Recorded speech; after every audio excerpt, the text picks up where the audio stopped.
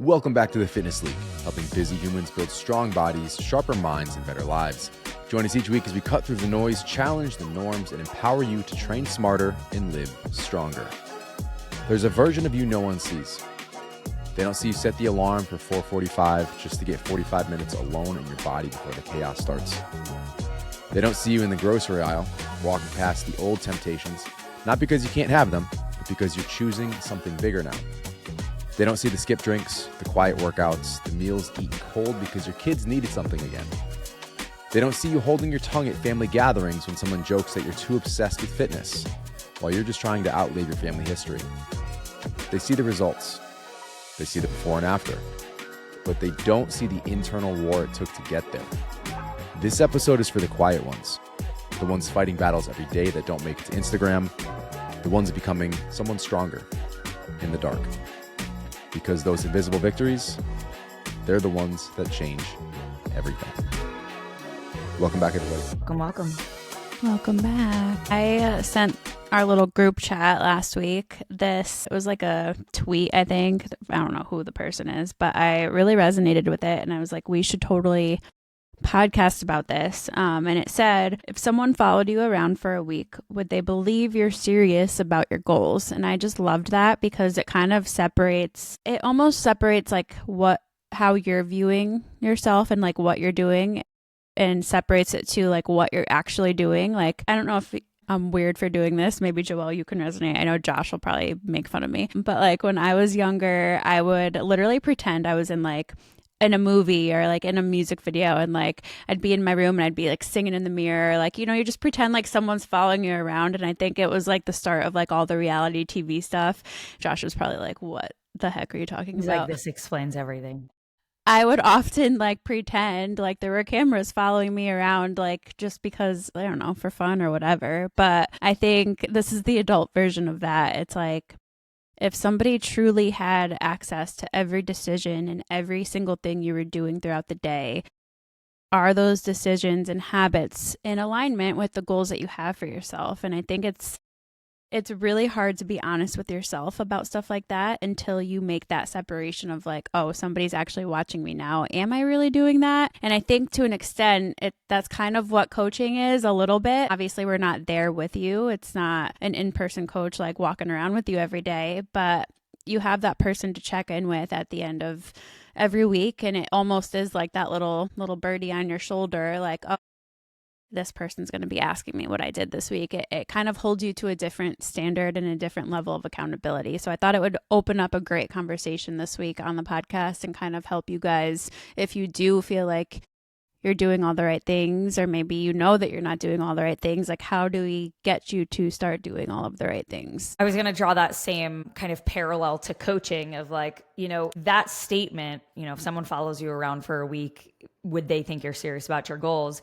Like Alessandra said, it forces you to get real honest with yourself. And we've even seen that, you know, someone maybe applies to work with us and they're like, I'm doing all the right things. I'm doing this, I'm doing this, I'm doing this.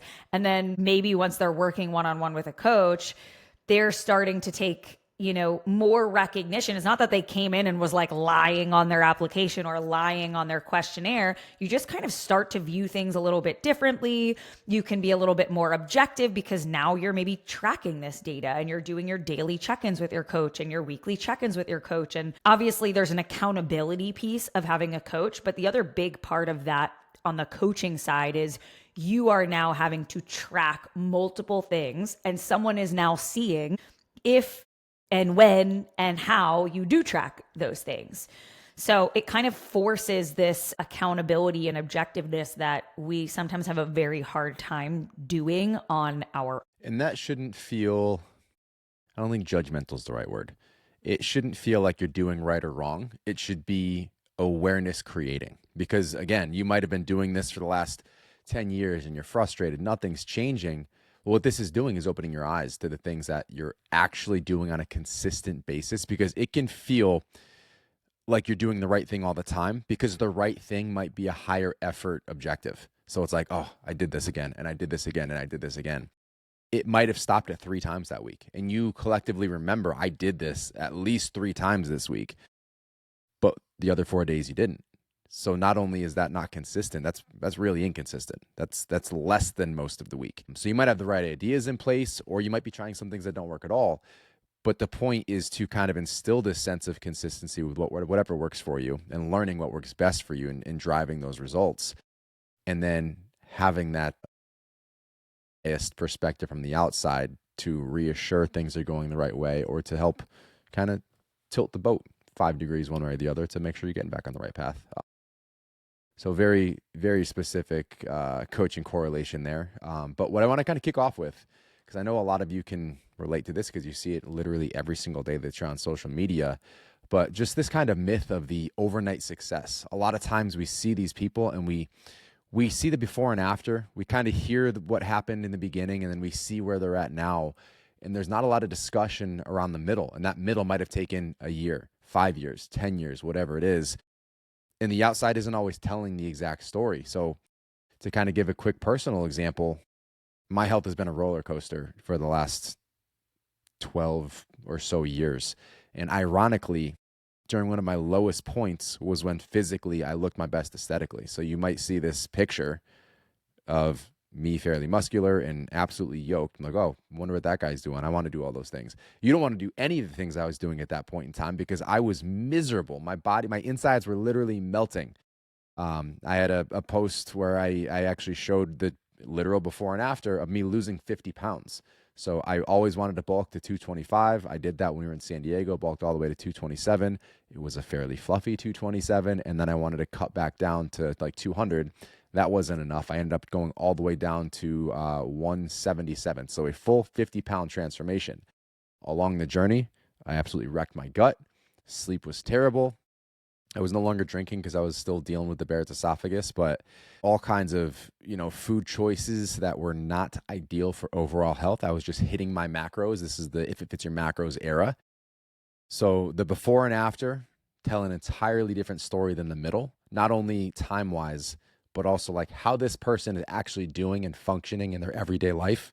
It is an entirely different conversation, but we often just do the quick comparison to where we're at now and to where that person's endpoint was and all the assumptions we make in between. Even like I recently shared a post showing it was a video of like me, I don't know, it was probably like 1 or 2 months postpartum in this certain spot in my gym. And then it clipped to me now, just showing the differences in my physique. But then after that, I showed tons of clips of the journey of like how I started with a walk run and how I started with very light weights, and like my body slowly shifts throughout the entire process. And I think we definitely need more of that on social media. And I think there is a lot more of that now compared to like back in the day when it was just like a static post of before and after, like Josh said, and you only saw like the literal before and the literal after. And all your favorite influencers told you they were natty.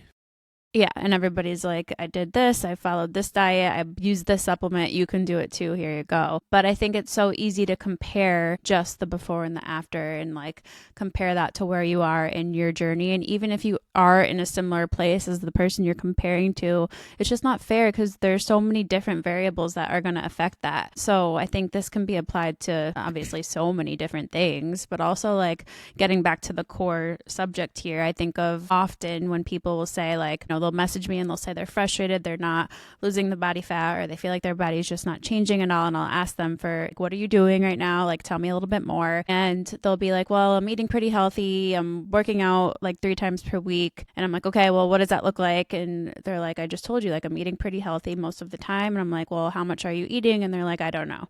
So I'm like, well, if you don't know how many calories you're consuming, you don't know how much protein you're consuming, and you've never tracked a macro before, I guarantee there's some things we can adjust there to get you to see the progress that you want to see. But sometimes I feel like sometimes it is just like you feel like you're doing all the right things and you may be doing all of the things that you know how to do, but there's a whole nother level that you just haven't reached yet because you've never done them before. So you might be doing things decent and pretty right, but there's typically always the next level and always a place that we can continue to improve upon and be better. And it's not that what you're doing now is wrong. Does that make sense? Yeah. There's usually there's other things that we could dial into, or, maybe you're eating, quote, pretty healthy. But again, like, what does that mean?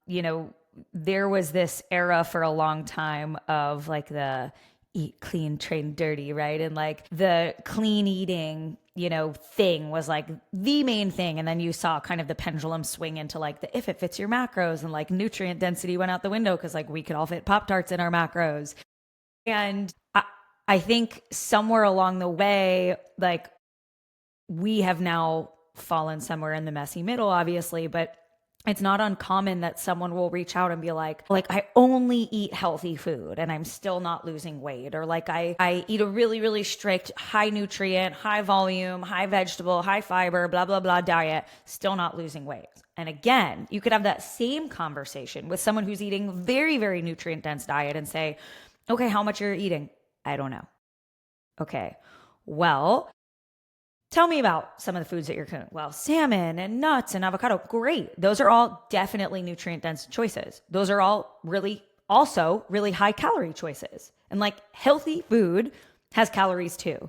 I'll never forget when I said that to someone once. They were like, what? I was like, what do you mean what? Yes, healthy food has calories too. It's not an unlimited amount. Damn you Weight Watchers for teaching people that certain foods have 0 points. But that's a tangent for another time. So yeah, I think there's a lot that we can typically dial into. And if you feel like you're doing all the right things and you're still not seeing the progress you want to see, we're not saying you're doing it wrong. We're just saying there's other things that we might be able to look at with an objective eye. Again, benefit of coaching. There might be able to be some things that someone else can look at objectively, because it's really hard to figure out what those things are for yourself. And it's also really hard to stay the course for yourself when you're frustrated and you don't have that objectivity or accountability. Agreed. And I think another component of this conversation is between like external validation and internal alignment. So everything we're talking about now is kind of the external validation, the comparison.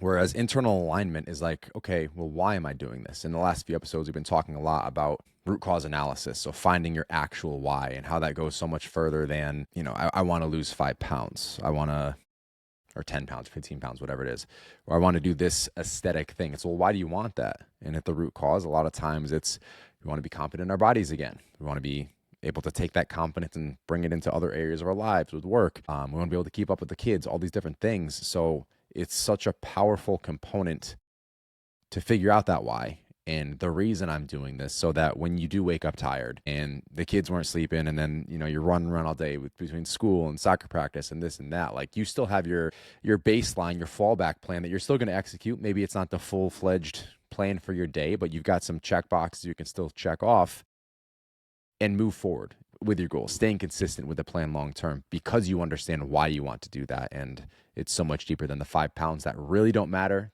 They don't feel like they matter when you slept, 4.5, 5 hours and the baby was sick and screaming and nothing really feels worth it at that point. So taking that step back is the take home from this part is, what is my true purpose for doing this in a sense?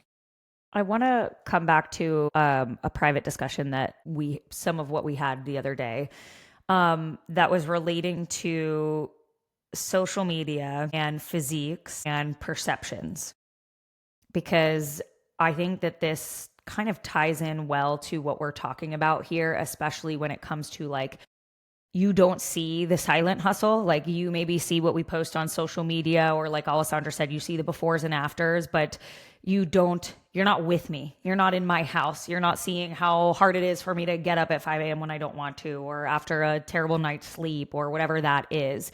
You are seeing the outward effects of that's the product of what I have been doing consistently for 15 years.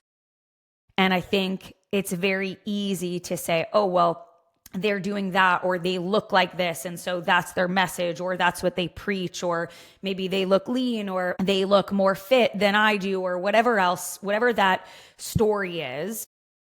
I think your perception of how you are interpreting someone else's success is very important, because if you are telling yourself a story, or you're seeing someone's progress, let's say, and you're saying, well, that could never be me because XYZ, or it's just easy for them because XYZ. I know we've had these conversations. There has to be some perspective shift if you want to get to where you're going, right? And I think this is part of that whole initial quote, Alessandra, if you want to get to where you want to be, you need to show up as that person. And so if you're chronically on the outside looking in saying like, oh, I can never do that, I can never be like that, I can never do those things, you're not. Like point blank, you won't. But if you can show up and do the things that are required to become the person that you want to become, like you can't keep showing up as you are and expect to become someone else. If your goal is to not be someone else, but you know what I mean. You want to be a fit person. Okay, well, how does a fit person show up? What kind of decisions does a fit person make in their kitchen? What kind of decisions does a fit person make with their bedtime routine? What kind of decisions does a fit person make with their workouts? Because if you keep trying or you keep just magically hoping to achieve a different result, but you are unwilling to try to show up and do the things that that person would do, you're going to find yourself real disappointed. And again, let me make this very, very clear. I'm not putting Josh, Alessandra, or myself on a pedestal of like, if you want to be like us, you got to show up and do what we do. That's not what this is about. And I hope it didn't come across that way. It's more so what I'm trying to do in this very jumbled mess of words that are like just jumbled in my brain trying to come out eloquently and they're not, is say that you are fully capable of showing up and becoming the person that you want to become, not someone else, but the person that you want to become, only if you are willing to do the things that that person that you want to become would do. Yeah, you said that. I think it came out much better than you thought it Sounded did. real. Well, it also ties perfect into the next part I wanted to dive into. And these are basically the top internal battles that we see. And the one I think you just hit on very well is we're calling it the why bother battle. So like, quote unquote, I'll never be as disciplined as them, or insert excuse here for why I can't do what someone else just did in a different way, in a sense.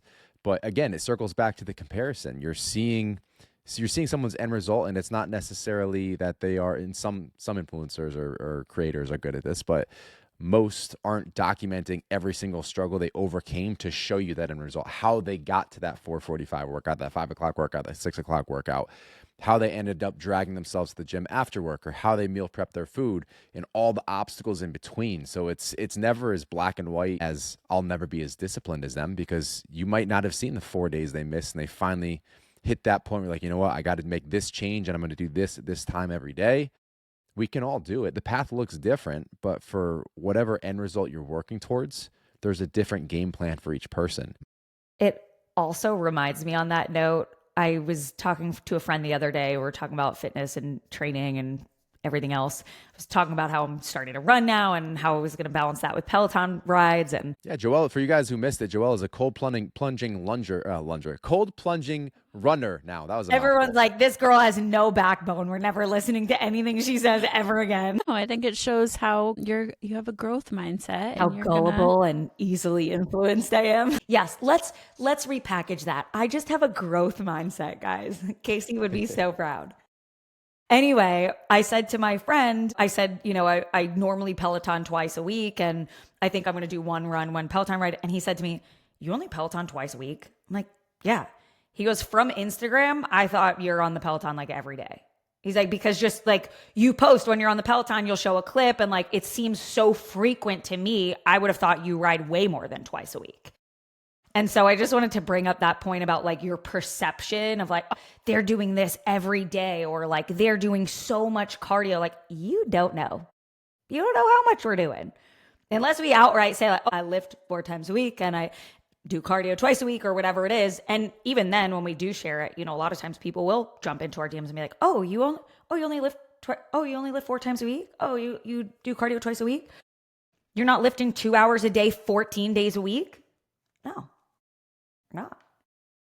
And I think, to Josh, myself, and Alessandra's credit, I think we do a very good job of also showing, like, Alessandra, you were vocal this morning, like, got up, workout felt like trash, gonna eat, maybe try again later. And Alessandra and I were texting about that this morning. I was vocal last week. Like, I walked into the gym, I felt like crap, I did 2 sets and I left. We have our own moments and struggles, and we do our best to share those too. But yeah, just a reminder that social media is a tiny little snippet. It's a highlight reel. And I think when you're following, whether it's us or, your favorite fitness influencer, they're probably only posting about fitness. So it may seem like all they do is work out, or maybe they do work out. Like I look at somebody like Lucy Davis. I don't know if you guys follow her. She's a BPN athlete. She's an elite level. She does marathons. She was top 3 in the last man standing ultra. Like she's jacked. She's a fast runner. She's just like elite. And she does, I think I saw it in one of her YouTube videos, like she'll work out every day and take a rest day once every couple weeks, or like she's just on another level. And you can't compare, like I'm not going to compare my life as a mom of 3 to Lucy Davis, who is on this elite level, unlimited hours to train every day, gets paid to train through her sponsorships. Like that's just not realistic for me to be like, oh, I want to do what Lucy Davis does. Is she great? Would I love to be on that level? Sure, but it's probably not going to happen. So I think, what you see is a snippet, but it's also like you just exactly what you said, Joelle. You just never know like what their real life actually looks like, and you have to kind of take it with a grain of salt, because is just a highlight reel. It's just whatever they want to show you is what they're going to show you. And do we try to show you the good and the bad and the ugly and all of the things? Yes. But even still, like I'm not going to come on Instagram if I'm having a bad day and I'm crying, or like if my kids are screaming and crying and having a bad day themselves, I'm not going to film them and put them on social media. So it's like people will message me and say like, Wes is such a happy baby. And I'm like, he is now for the most part, but he was not a happy baby for a long time. He was probably my worst. He cried more than both Kai and Cora combined. So it's like you only see what is out there is my point. And I think that's good to keep in mind.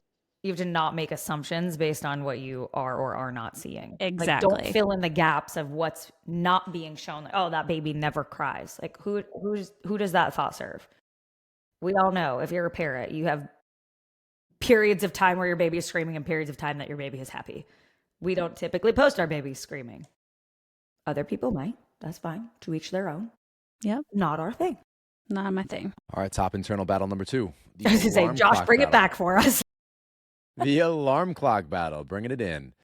No one claps for the 4:45 a.m. workout. So this is the struggle between hitting snooze or showing up day after day when no one else is watching, and choosing momentum over comfort. I think we can all relate to this one, and whether you've been successful with it or not. And I'll be the first to say I am streaky with how well I am able to get out of bed and be in the gym, my garage gym, by like 6.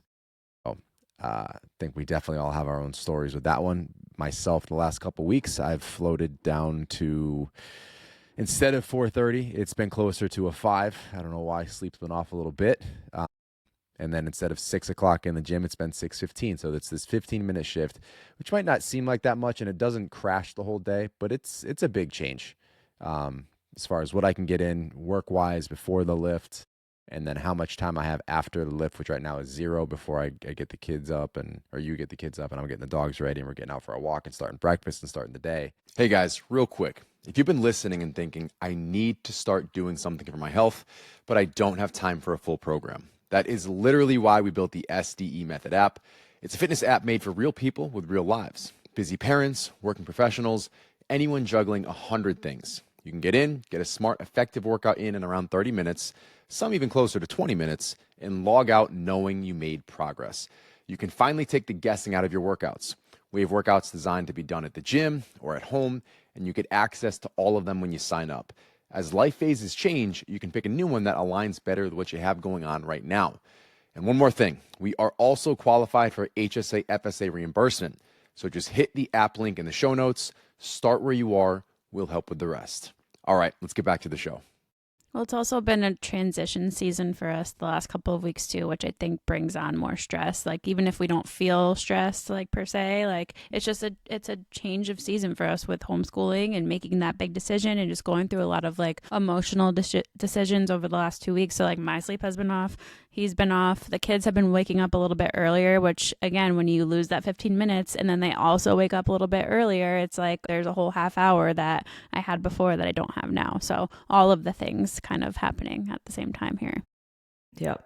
Adds up real quick. We can tie that one right into the family guilt battle. Am I selfish for making time to train? The guilt creeps in. You're leaving the kids to get in a lift or prepping meals instead of ordering takeout.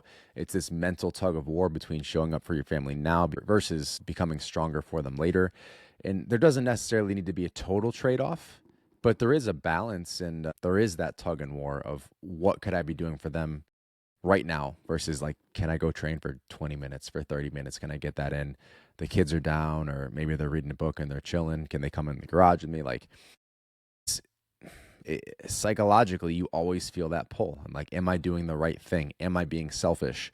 But at the end of the day, when you're taking care of yourself, you have more patience with your kids. You have more energy to play with your kids. You have more capacity to go do fun things with your family. And this is a bigger one than I wish it was, because I know so many clients come to us talking about this one, and there's no easy hack to just feeling better about it outside of seeing the results a little further down the line. I was going to say, I think you just have to bear witness to, when I do this, I feel so much better. Like for us, weekends are really, really chaotic. Brant and I don't typically lift on weekends. We both usually take Saturdays off of exercise. And then Sunday, we both do cardio. And the difference between how I feel before that cardio session and how I feel after that cardio session are so drastic. I'm sure many people with young kids can relate to this. Mornings are absolute chaos in my house. Absolute chaos. There is just a window from like 7 a.m. to 9 a.m. that is just, everybody needs everything. Everybody's screaming. It's just chaos in the morning.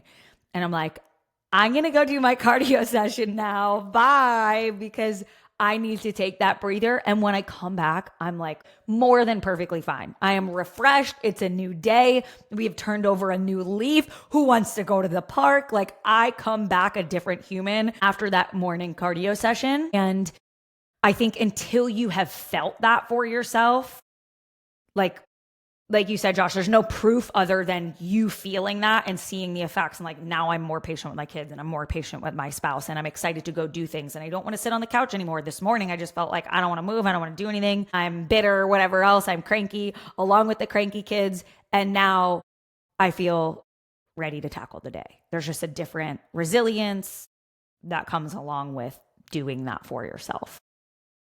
I think too, like you have to think about it in the mindset that you're probably not somebody who's going to train and have a program 7 days out of the week. So even if you're only taking 3 days throughout the week where you get out of work, you take 30 minutes to yourself, the kids are either playing in the room or maybe you use the gym childcare, it's only 3 days out of the week. You can make up for it if that is something you feel guilty about on the other days that you don't train. So I think if you really are stuck in that mindset and can't separate it yet, like think about it that way. Like it's not every day that you are doing this. You're not throwing them in the babysitting room at the gym every single day. You're doing it when you need to do it for your exercise. And there's other days where you can therefore then be more intentional with them and put them first on that other day. So it doesn't have to be something where it's like you make this decision and this is just how it is every day. Have some grace with yourself too while you have the grit. I know Joel talks a lot about having the grit with the grace. So it's like finding that harmony between the two. But it really does make such a difference when you show up for yourself first and put yourself first. It bleeds into everything else. I also want to make one more point about that. There's a shift that I made probably like 2 or 3 years ago now. I think it was when I don't think Reese maybe was even born yet. I don't know. Let me back up here. There is no rule book about what days you have to work out, what time you have to work out. We are big fans of like, do what works for you, do what works for your family. Doesn't matter what the research says in this regard. Don't worry about, oh, is the morning better for my gains or the afternoon? It doesn't matter. It truly does not matter. Go do what is best for you and your family.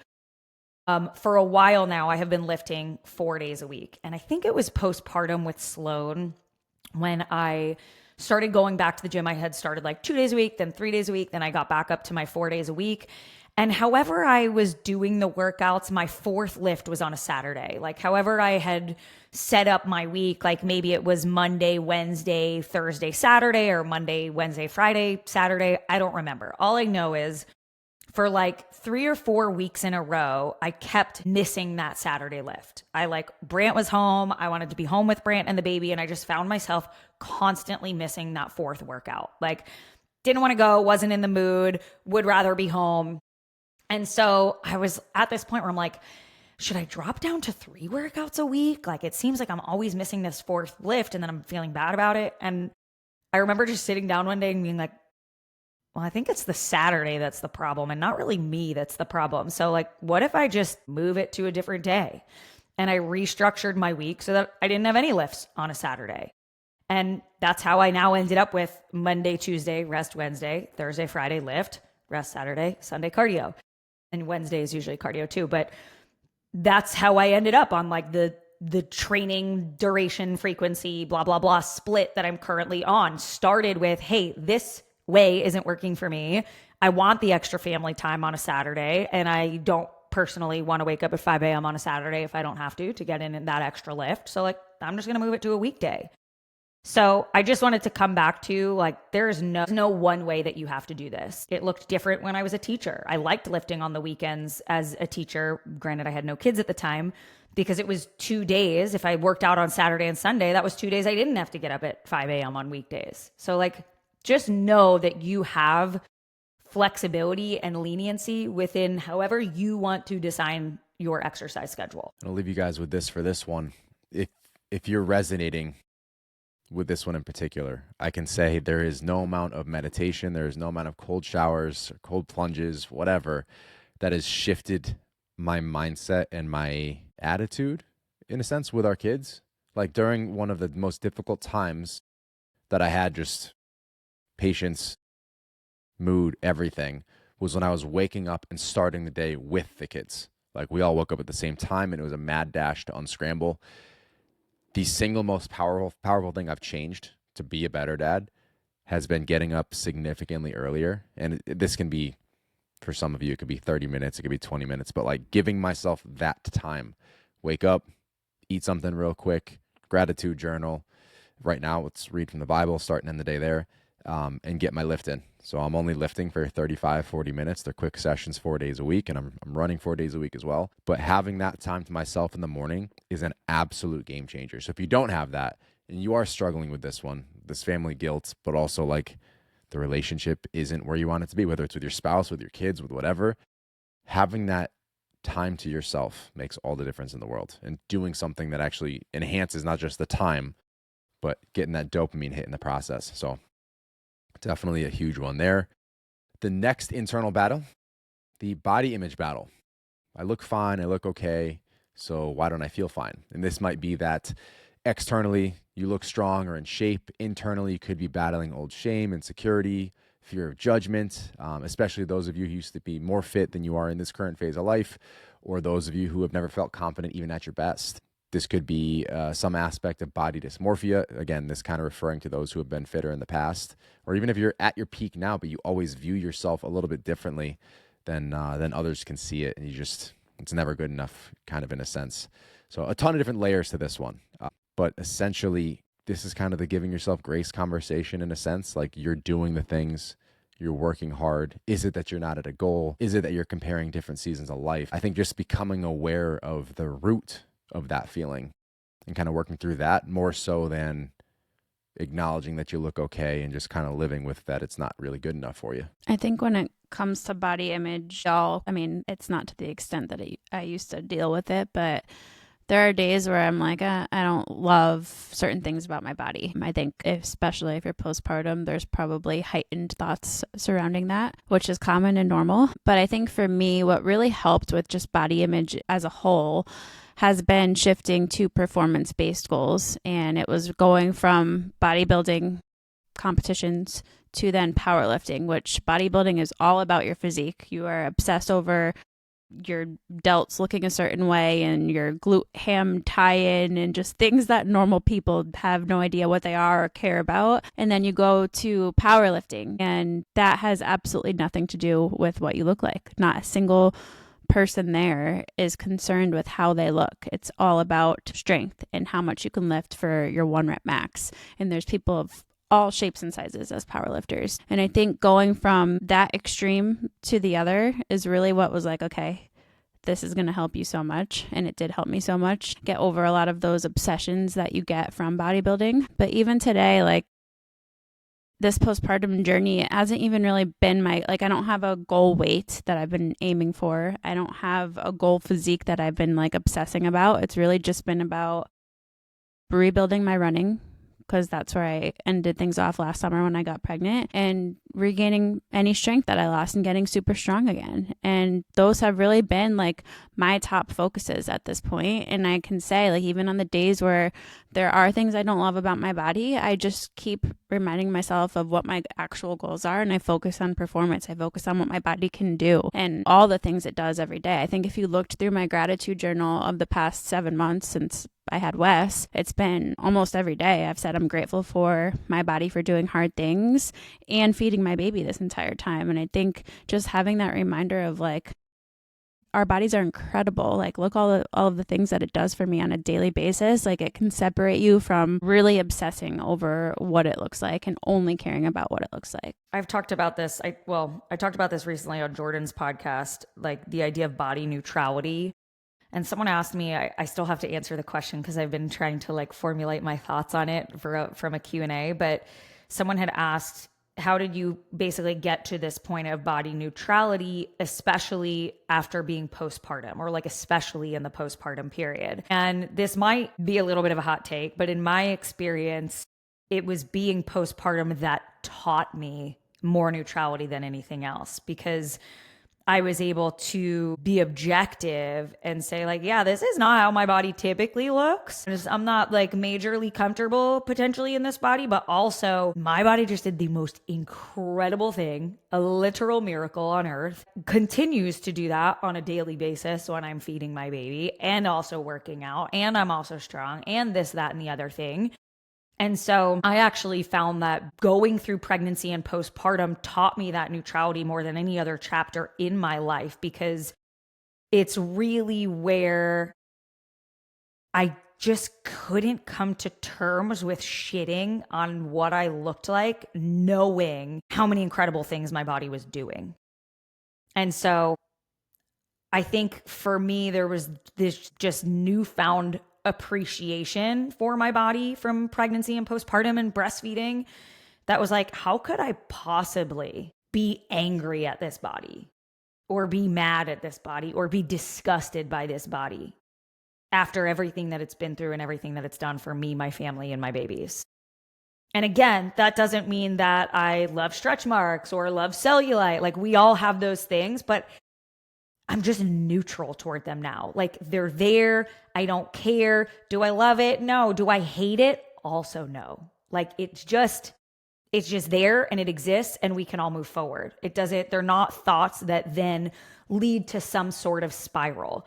Alessandra, if you were doing was it microneedling on your stretch marks, right? Yep. Great. Cool. At the end of the day, if you looked in the mirror and you saw that, you weren't spiraling into, I need to change my cardio, I'm not working hard enough in the gym. There were some cosmetic things that you could lean on to change the appearance of that. Fantastic. But I think part of being able to be neutral about your body image is that you can see the thought and you could just move forward without this like consequential spiral that takes place of, now I need to change how I'm eating, or I'm disgusted with my body, so now I have to do X, Y, and Z. There is so much benefit in being able to get to that neutral place. And I wish I had a top tip or a top secret that would just like magically get people there, because I think we would all just be better off if we could be neutral toward our bodies. But I don't have a secret. Like, my neutrality came from experiencing my body in so many different phases of life. I was going to say, do you think it's an experience that caused us to get here, which I do, or do you think it's like, I think about how if I was in my early 20s, I would be probably devastated with my stretch marks after baby 3. I feel like I was in a different mindset as an early 20-year-old who probably also just overall let the outside world and opinions in and affect her more compared to somebody in their early 30s, mid 30s. So I think it is experience because, like, obviously that's 10 lived years that we've had since then. But I just think it's so interesting. Like, I think back to 20-year-old Alessandra, who getting my body to look like all of the CrossFit athletes at the time was like, that was my main driver. And it's like, I don't care. Like, I don't want to look like anyone else. And I don't, like, those little things just don't bother me anymore. And it is just that neutrality that you have. But also to your point too, like, it's like they don't bother me, or it's like I'm really proud of my body and I love everything my body does. And if there is this procedure here that's going to help improve the stretch marks on my stomach, that may or may not help, and they're probably never going to go away. But if it helps the appearance of it, great. Awesome. But it can be, and it doesn't have to be. You don't have to get to this point where you just hate your body so much that you then have to change drastically and like obsess over changing it. Yep. Yeah, I think it's experience. I also think we are able to look back, like you said, on our 20-something-year-old selves and see that we were hyper focused on just things that didn't matter. And there's so many other bigger things in our lives now that matter so much more than the cellulite or the stretch marks or whatever else, that, like, I think as you get older and you have more experience and there's more big rocks in your life, the more you start to realize that what you used to think were big rocks were really just pebbles. That felt very philosophical. Very fair. Listen, if you're tired of the all or nothing cycles, the diet starts Monday, the I know what to do, I'm just not doing it feeling, we should probably talk. Our one-on-one online coaching isn't just about workouts and meal plans. It's about building something that actually fits your life. No cookie cutter templates, no guilt, just real coaching and real results. Plus, we've got a pretty big team, so we can even pair you with an expert who actually understands your lifestyle because they've gone through it too.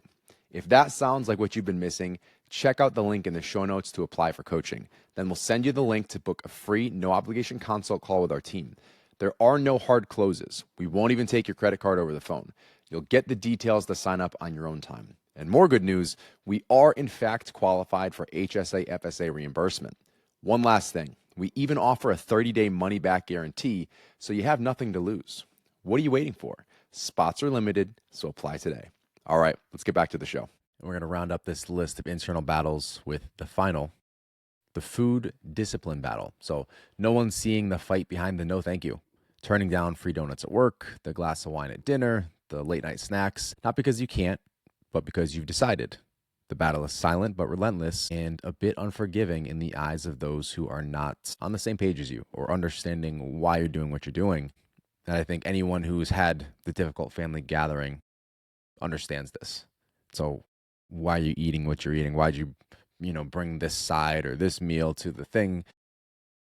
They don't understand the process. They don't understand the journey. They don't understand the why behind all of it. Even if they understand exactly what you're doing, they don't get why it's so important to you. And it makes the process of staying adherent to your plan that much more difficult.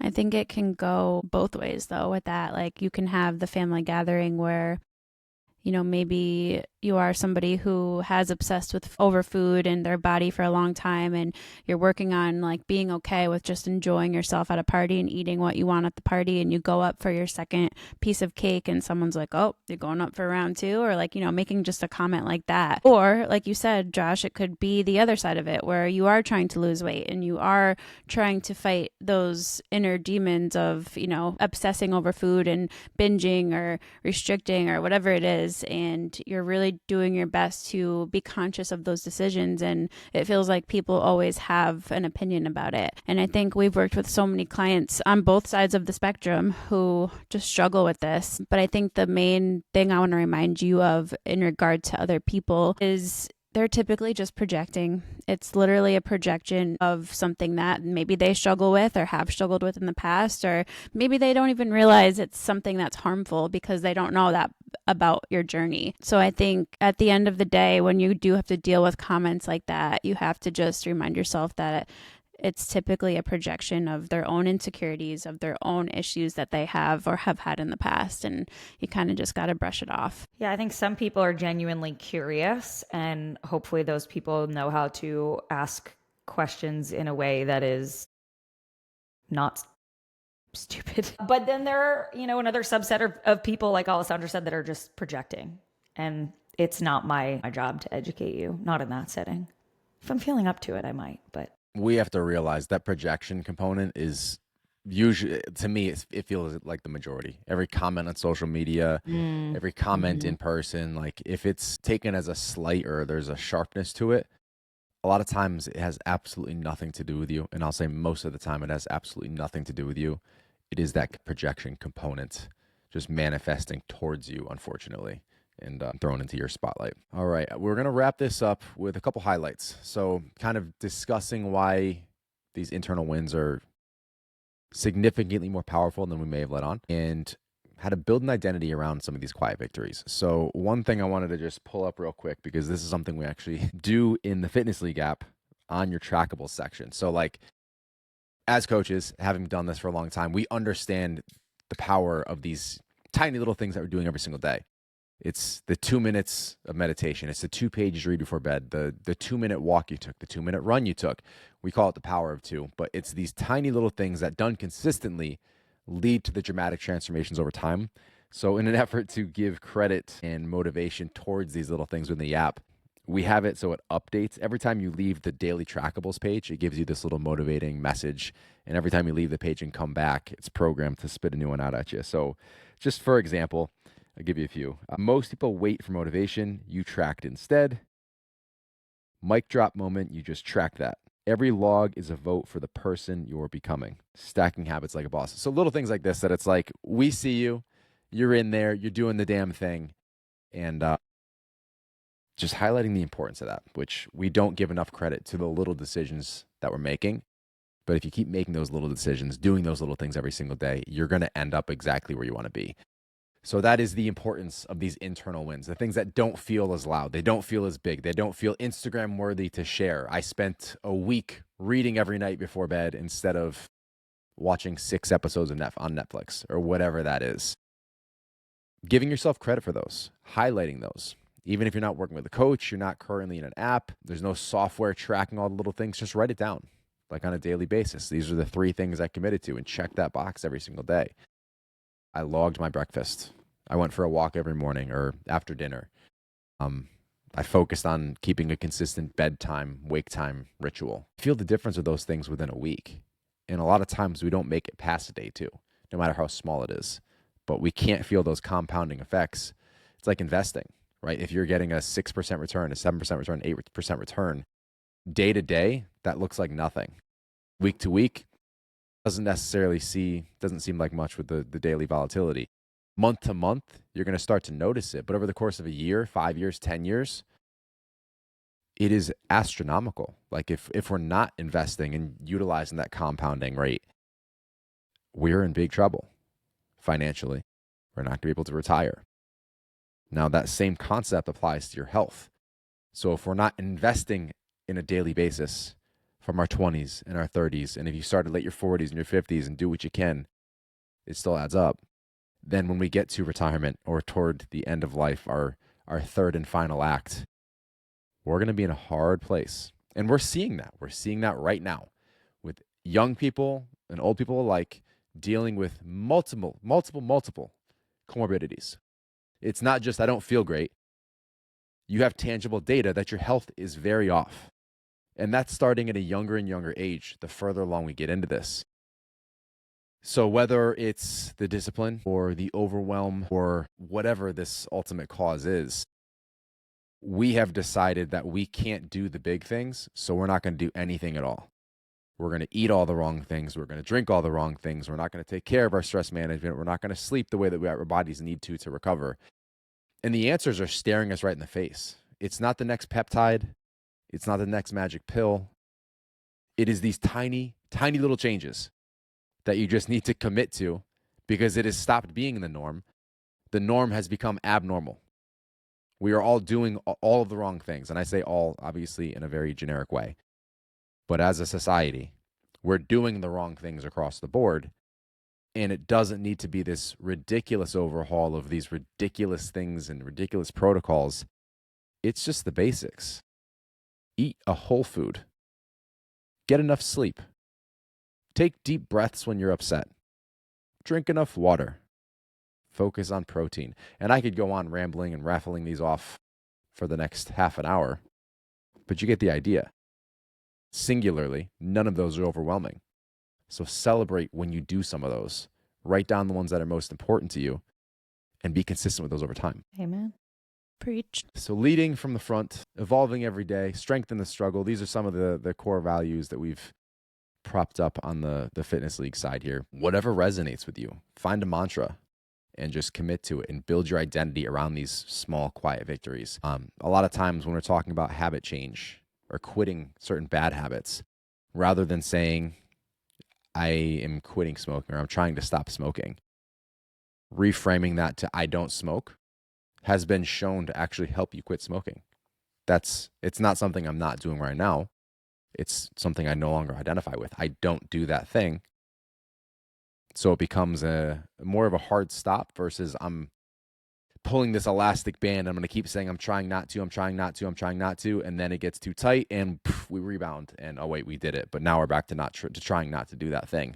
I have a story in relation to this. You guys, I think you follow Alan Aragon, but he's very open about his sobriety journey. And he used to have a big drinking problem and he's been sober for, I think, pretty similar to how long we have been, Josh. But he said the AA classes or whatever they're called was not for him because every meeting would start off with, hey, I'm Alessandra and I'm an alcoholic.